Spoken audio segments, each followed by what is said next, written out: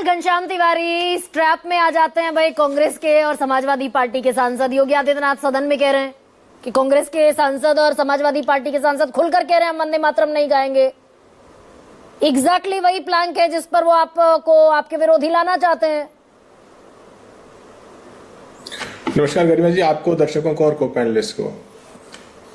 कुछ बातें अहम हैं। पहले योगी आदित्यनाथ 2017 से पहले इनके ऊपर जो मुकदमे थे, गोरखपुर दंगा मामला, महाराजगंज हत्या और दंगा मामला, पीपीगंज निषेधाज्ञा उल्लंघन मामला, अन्य मामले, जिस व्यक्ति के ऊपर इतने सारे मुकदमे दर्ज हों वो उसको हाथ पकड़ के मुख्यमंत्री बना दिया गया। सारी भारतीय जनता पार्टी बटेंगे कटेंगे मंत्र के नाम पर उनके पांव के नीचे नतमस्तक है। वही अब नए शंकराचार्य भी हैं भारतीय जनता पार्टी के लिए। वो आदमी कह रहा है कान पकड़ के जो वंदे मातरम नहीं गाएगा उसके बारे में कह रहा है। खैर छोड़िए, भारतीय जनता पार्टी के 21 मुख्यमंत्री हैं, उसके सहयोगी दलों के 21 मुख्यमंत्री हैं देश में, प्रधानमंत्री हैं, 200 से अधिक इनके मंत्री हैं, इनके 2000 से अधिक सांसद हैं, विधायक और सांसद हैं। इनमें से 25-30% लोगों के ऊपर हो सकता है मुकदमे भी हों, इनकी अपनी फहरिस्त बताती है। लेकिन इसमें से 25-30 लोगों ने भी वंदे मातरम गाया हो। आपका कोई दर्शक गूगल कर ले, क्या उन्होंने योगी आदित्यनाथ को बिना एक पर्ची के वंदे मातरम गाते देखा है? मायावी डिग्री वाले हमारे प्रधानमंत्री को बिना किसी पर्ची के वंदे मातरम गाते देखा है?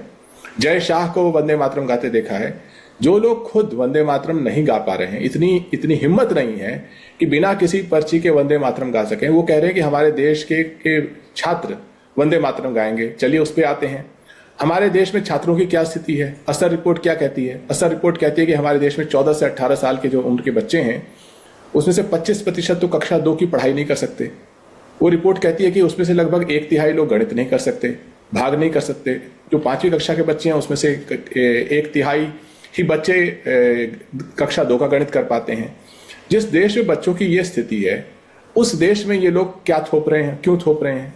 जो पार्टी, अगर आपका कोई दर्शक गूगल करे कि अच्छा बताइए कि हिंदू महासभा के नेताओं ने मुस्लिम लीग के साथ कब मिलकर सरकार चलाई।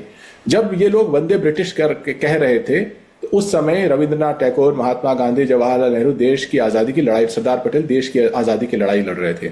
1942 में जब भारत छोड़ो आंदोलन हो रहा था, ये लोग वंदे ब्रिटिश कह रहे थे। उस समय हमारे देश की आजादी के दीवाने जेल में थे। आज ये लोग वंदे ट्रंप कह रहे हैं। $500 मिलियन का रैंसम है या फिरौती है, हम नहीं जानते। प्रधानमंत्री जी को किस बुनियाद पे ट्रंप कहते हैं कि उनके पॉलिटिकल, मजाक में ही कहते हैं कि उनके पॉलिटिकल कैरियर की धज्जियां उड़ा देंगे, हम नहीं जानते कि ये केवल प्रधानमंत्री जी ब्लैकमेल हो रहे हैं या पूरी भारतीय जनता पार्टी ब्लैकमेल हो रही है या पूरा देश ब्लैकमेल हो रहा है। वंदे ब्रिटिश से वंदे ट्रंप कहने वाले लोग, जिनके 25 सांसद, विधायक, मंत्री, नेता, मुख्यमंत्री वंदे मातरम गा नहीं सकते, उस देश के बच्चों को वंदे मातरम गवाना चाहते हैं। 6 पैराग्राफ। लेकिन उसी प्लैंक पर उतरकर उन्हीं के एजेंडा को आगा बाकायदा कैरी फॉरवर्ड करते हुए दिखाई देते हैं। भाई वो कहते हैं गाएंगे, आप कहते हैं हम नहीं गाएंगे। आपके सांसद भी तो खुलकर मुखालफत में आमादा हो जाते हैं ना, मुखालफत पर। यहाँ कोई प्लान और वंदे मातरम नहीं गाएंगे, ये मैसेज कैसा पर्क्यूलेट करता है भाई, कैसा सर्कुलेट होता है ये मैसेज? वंदे मातरम, सुजलाम सुफलाम मलयज शीतलाम शस्य श्यामला मातरम, जल हे माते मैं तुम्हें वंदन करता हूं। ये बात देश के कण कण में है और जो गाना चाहता है वो गाता है। जब देश के लिए जो लोग कहीं भी खड़े होते हैं उसे गाते हैं। किसी एक व्यक्ति का साउंड बाइट वो व्यक्ति चला रहा है जिसका पूरा, सोचिए, 20-25 मुख्यमंत्री और उप मुख्यमंत्री, सैकड़ों हजारों सांसद और विधायक, इनमें से 10 लोग, 20 लोग, 25 लोग बिना पर्ची के वंदे मातरम के 6 छंद छोड़िए नहीं गा सकते।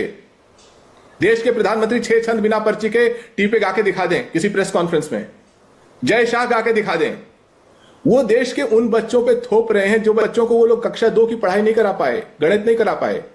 कक्षा 5 के बच्चे, हमारे 14 से 18 साल के बच्चे, जहां बेरोजगारी है, पूरी सरकार वंदे ट्रंप में देश को के नाम पर क्या फिरौती दे रही है देश को पता नहीं है। किसानों को किस तरीके से बेचा है हमें पता नहीं है, ऐसा लीडर ऑफ अपोजिशन कहते हैं। और संसद से प्रधानमंत्री गायब, भाग जाते हैं। नहीं, सरकार का तर्क ये है कि भाई तुष्टीकरण की नीति थी पंडित जवाहरलाल नेहरू की।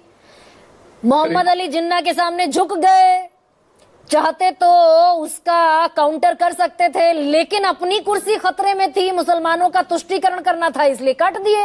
भाई ये भी तो सत्य है कि 1937 से पहले बंगाल विभाजन में जो आजादी का आंदोलन लड़ा जा रहा था 1937 से पहले, तो पूरा गाया गया वंदे मातरम। ना किसी मुसलमान को दिक्कत थी, ना किसी हिंदू को दिक्कत थी, फकीर भी थे गरिमा उसमें, जी, सन्यासी भी थे, जो अभी शीतल सिंह कह रहे हैं। गरिमा जी, ये बंगाल दरअसल में क्रिएटेड था ना। गरिमा जी, आखिरी वाक्य बोलूंगा। बंगाल में दिसंबर 1941 से 1943 तक श्यामा प्रसाद मुखर्जी जी फाइनेंस मिनिस्टर थे और कृषक प्रजा पार्टी के साथ मिलकर के मुस्लिम लीग के लोगों के साथ ये लोग सरकार चलाते थे। नॉर्थ वेस्ट प्रोविंस में 1943 से 1945 मेहरचंद खन्ना फाइनेंस मिनिस्टर थे और सरदार औरंगजेब खान की लीडरशिप में मुस्लिम लीग के साथ सरकार चलाते थे।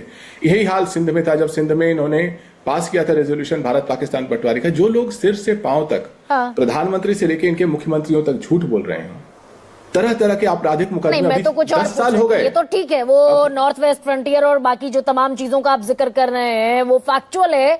मैं ये पूछ रही थी भाई, एक भारत वो भी था ना इस देश में, आजादी से पहले की बात है, जब अंग्रेज कह रहे थे कि डिवाइड एंड रूल, तब हम डिवाइड नहीं हुए, तब सबने वंदे मातरम गाया, मुसलमानों ने गाया, हिंदुओं ने गाया।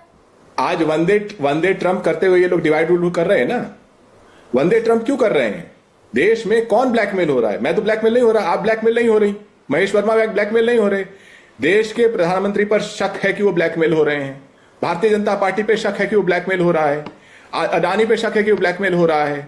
ये जो वंदे ट्रम्प करने वाले लोग आज ऐसे समय में, जब वो हर मोर्चे पर विफल हैं, शिक्षा के मोर्चे पर, स्वास्थ्य के मोर्चे पर, रोजगार के मोर्चे पर, किसान के मोर्चे पर, गरीबों के मोर्चे पर, वो देश के ऊपर एक ऐसी बहस थोप रहे हैं जो बहस है ही नहीं। जिस आजादी की लड़ाई में वो वंदे ब्रिटिश कर रहे थे, उस आजादी की लड़ाई में हम सब लोग वंदे मातरम कह रहे थे। तो वो बहस दरअसल है नहीं। सोमनाथ भारती, भाई ये नए सिरे से इतिहास को लिखने की भी कोशिश हो रही है क्या? विपक्षी आरोप लगाते हैं कि ना उन्होंने कभी आजादी के